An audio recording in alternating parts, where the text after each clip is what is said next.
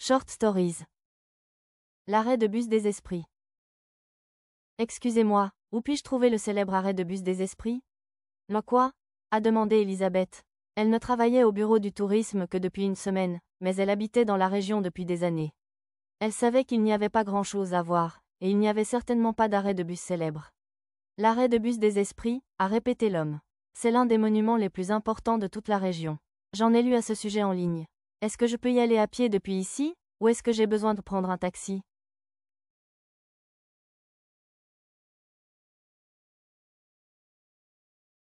Ou un bus, peut-être, a suggéré Elisabeth. Je veux parler à votre supérieur. Ce ne sera pas nécessaire, monsieur, a dit rapidement Elisabeth. L'arrêt de bus des esprits. Bien sûr, je plaisantais seulement.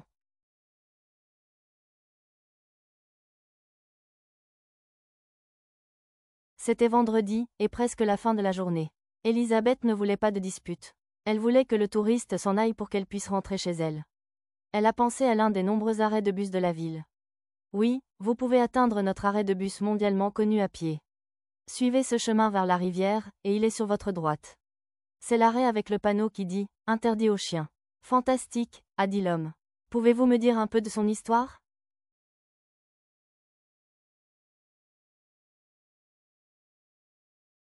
Elisabeth a pris une grande respiration. Bon, il y avait un fermier de choux qui était en colère parce que le bus était en retard. Alors il l'a maudit. Maintenant, les bus n'arrivent jamais à l'heure là-bas. À moins que vous n'ayez un chou avec vous. Et quel âge a-t-il? A demandé le touriste, les yeux écarquillés. Oh, au moins, 1000 ans.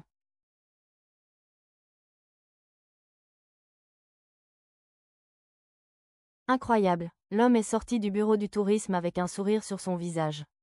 Elisabeth est partie 10 minutes plus tard, en riant toute seule. Quand Elisabeth est arrivée au travail lundi matin, il y avait une longue file de touristes devant la porte.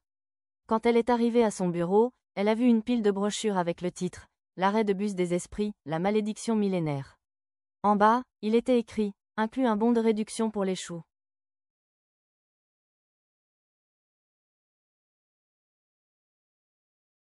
Combien pour la brochure?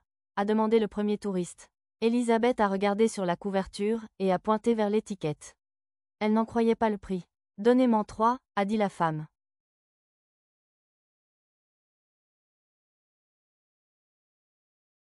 Elisabeth a vendu les brochures toute la matinée. Quand les touristes étaient enfin partis, elle était épuisée.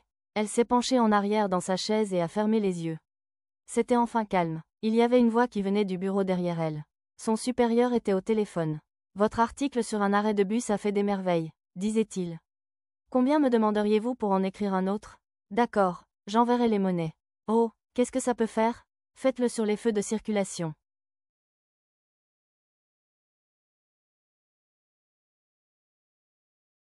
Translation.